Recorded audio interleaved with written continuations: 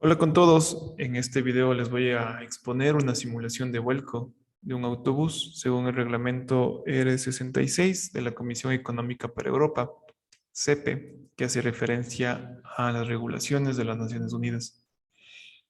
Como podemos ver en el video, este es la simulación de vuelco. Se puede ver algunas cosas interesantes que les voy a exponer más adelante.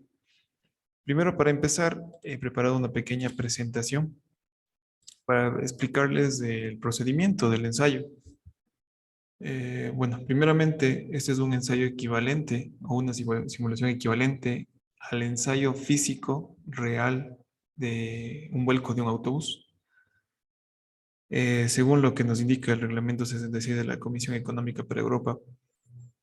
¿En qué consiste el ensayo? Consiste en colocar el autobús en una rampa basculante que se encuentra elevada desde el piso a 800 milímetros con esas características. Acá en la parte inferior podemos ver algunos detalles de tal vez el alto de la rampa, algunas cosas por el estilo. La rampa conjuntamente con el autobús giran a una velocidad inferior a 0.089 radianes sobre segundo. El autobús en algún punto pierde estabilidad lateral y se vuelca. El autobús impacta con el piso y se deforma la estructura plásticamente o permanentemente. Justamente en este punto lo que se verifica es que ningún elemento estructural ingrese a la zona de seguridad o zona de supervivencia, que es la parte amarilla que vemos en el video. La zona de seguridad o zona de supervivencia tiene estas dimensiones que debe cumplir, en la cual va a garantizar que los pasajeros no sufran ningún tipo de lesión grave. Bueno, en esto consiste la parte de la simulación. A continuación vamos a verificar acá en el programa. Aquí vamos justamente a verificar la parte de la invasión de la zona de seguridad. Para esto voy a ver justamente en la parte crítica, que es la del vuelco, ¿no? Que vendría a marcar desde aquí, ¿no? En esta parte vamos a verificar que la zona amarilla, que es la zona de seguridad, no tenga contacto con ningún elemento lateral de la estructura. En este caso, no está invadiendo o ningún elemento estructural se encuentra dentro de la zona de seguridad. Esto quiere decir que la estructura va a ser segura. ¿Sí? Que está pasando el ensayo según el reglamento R66. En la simulación podemos identificar dos puntos claros o dos fases claras. La primera sería la fase en la cual se comporta rígidamente y que solamente va a transmitir la parte dinámica, que consiste desde, bueno, que inicia desde la parte que se encuentra en reposo el autobús hasta que entre en contacto con el piso, la parte lateral del bus. Acá hay un punto también crítico, que es donde va a perder estabilidad lateral y contacto con la rampa del autobús, que es justamente este punto de acá. Aquí nosotros podemos medir el ángulo de inestabilidad lateral del autobús, que vendría a ser este ángulo de aquí. Esto, por ejemplo, se hacen con otros tipos de ensayos, por ejemplo, el tilt test o ensayo de estabilidad lateral que también se conoce, que es justamente para calcular el ángulo inestable. Obviamente aquí lo que nos interesa es la ubicación del centro de gravedad y cosas por el estilo. Pero la simulación tiene esto ya implícitamente asignado y nos da el resultado que vemos en pantalla. Aquí podemos ver que el autobús empieza a volcar y va a llegar a un punto en el que va a impactar con el piso. Hasta acá es la fase inicial, la fase 1 que les comentaba. Es la zona rígida, la cual únicamente va a transmitir fuerzas el sistema. Después de esto, el autobús va a entrar en una etapa en la cual la estructura se va a deformar. La estructura va a ser flexible, deformable. Se va a deformar plásticamente, no linealmente la estructura, presentando una deformación permanente. Y aquí obviamente podemos verificar la parte de la invasión de la zona de supervivencia, que es lo que nos interesa, ¿no? Podemos ver que llega a su máxima aproximación del área de supervivencia con la estructura lateral. Y después se produce un pequeño rebote. Obviamente la estructura lateral queda permanentemente deformada debido al golpe, ¿no? Después ya se estabiliza un poco y lo demás es ya un rebote, ya no se va a deformar más. Nuestro interés está justamente en esta zona de acá, ¿no? Que es donde va a presentar la máxima deformación. Aquí. Es lo que debemos medir. Es justamente esta parte crítica, en la cual tiene la mayor aproximación o la menor longitud entre la zona de supervivencia y la estructura lateral. Ya lo que sucede después es simplemente un rebote hasta que se estabilice la parte de la estructura de la carrocería. Aquí en la simulación podemos medir muchas cosas. Por ejemplo, la parte de esfuerzos, desplazamientos, aceleraciones, velocidades, fuerzas de reacción a lo mejor, energías, entre otras cosas más. Por ejemplo, vamos a ver la parte de esfuerzos. Y aquí se va a identificar claramente las dos etapas. La etapa rígida y la etapa flexible. En la etapa rígida vamos a ver la parte de esfuerzos. Vamos a tener esfuerzos en cero. Vamos a utilizar la parte de esfuerzos de Von Mises, esfuerzos combinados. Y vamos a verificar cómo se transmiten los esfuerzos. Al lado derecho de la leyenda tenemos el valor de esfuerzos. Vamos a poner aquí exponente decimal. Y pongamos play. ¿Sí? Podemos ver que el esfuerzo es cero, ¿no? Es totalmente rígida la estructura, no se está deformando.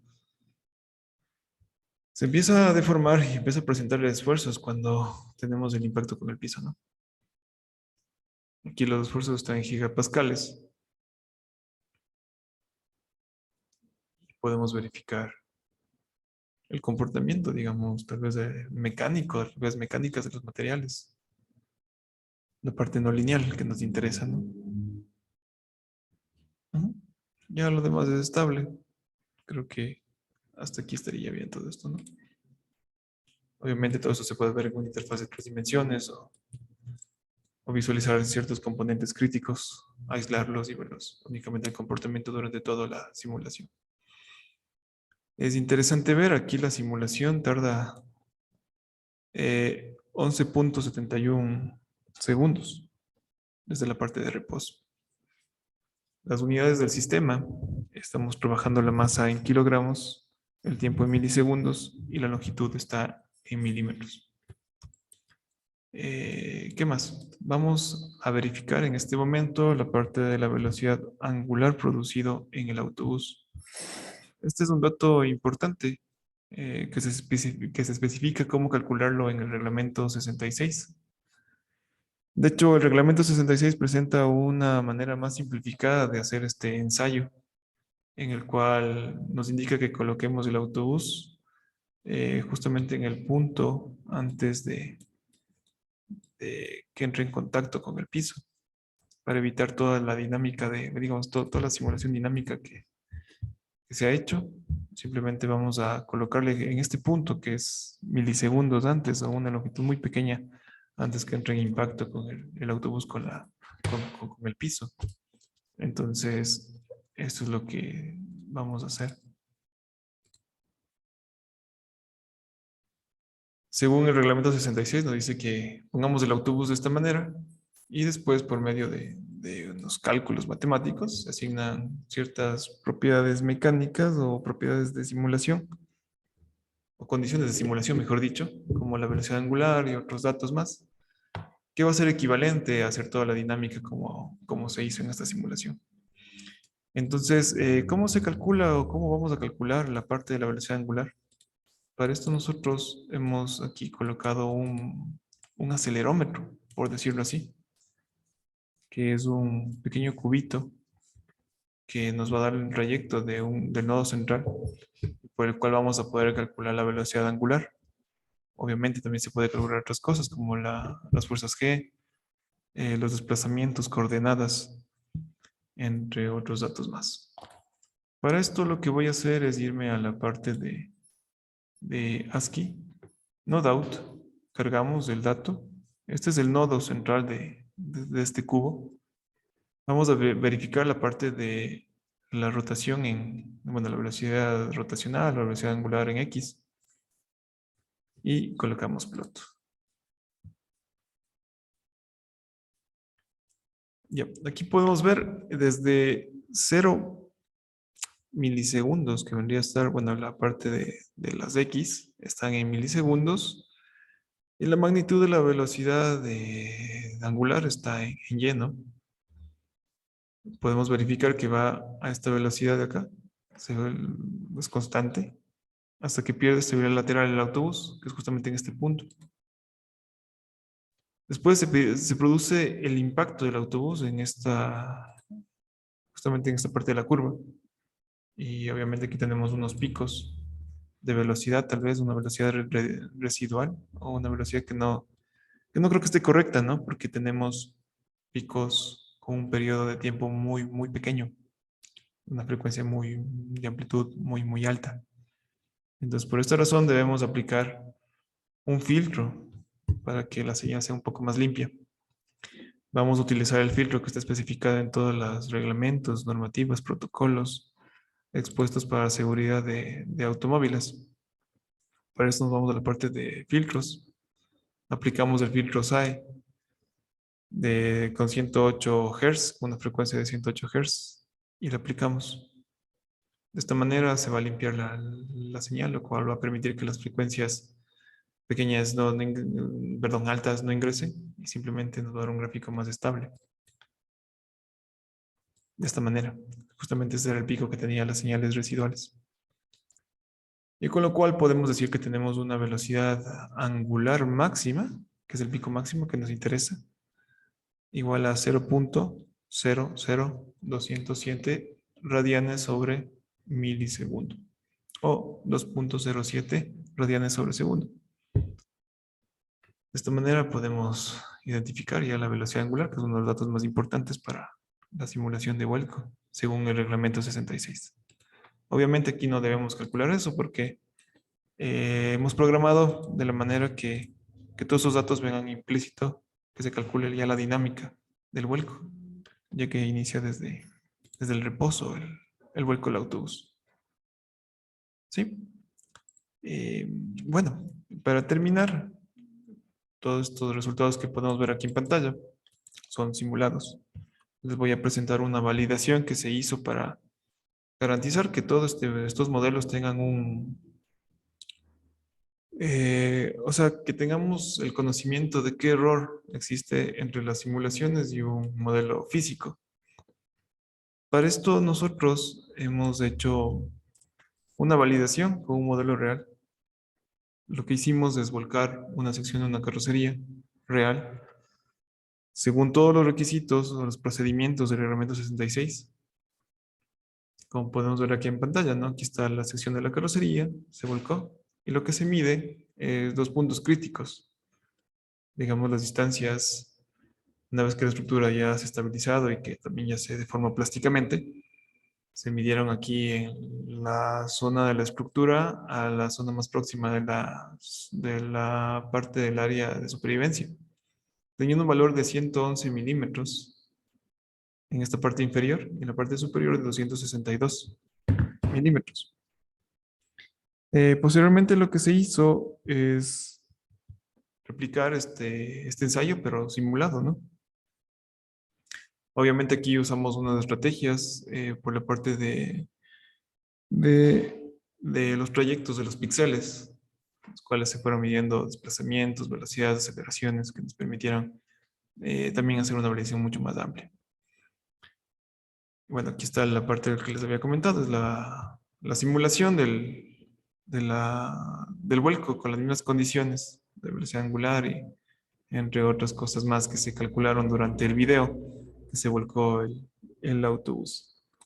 Y de igual manera aquí lo que se midió después que se estabilizó ya la estructura es las distancias en las dos partes que habíamos verificado esto, ¿no?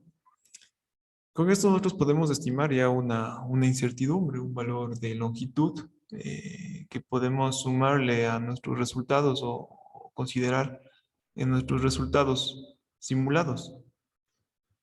Tenemos un valor de 104 milímetros en la parte digamos, la parte inferior de la estructura, la zona de supervivencia. En la parte superior tenemos un valor de 253. Si a esto le restamos el valor de 262, tenemos un valor de 9 milímetros de incertidumbre, de falla, podemos decir.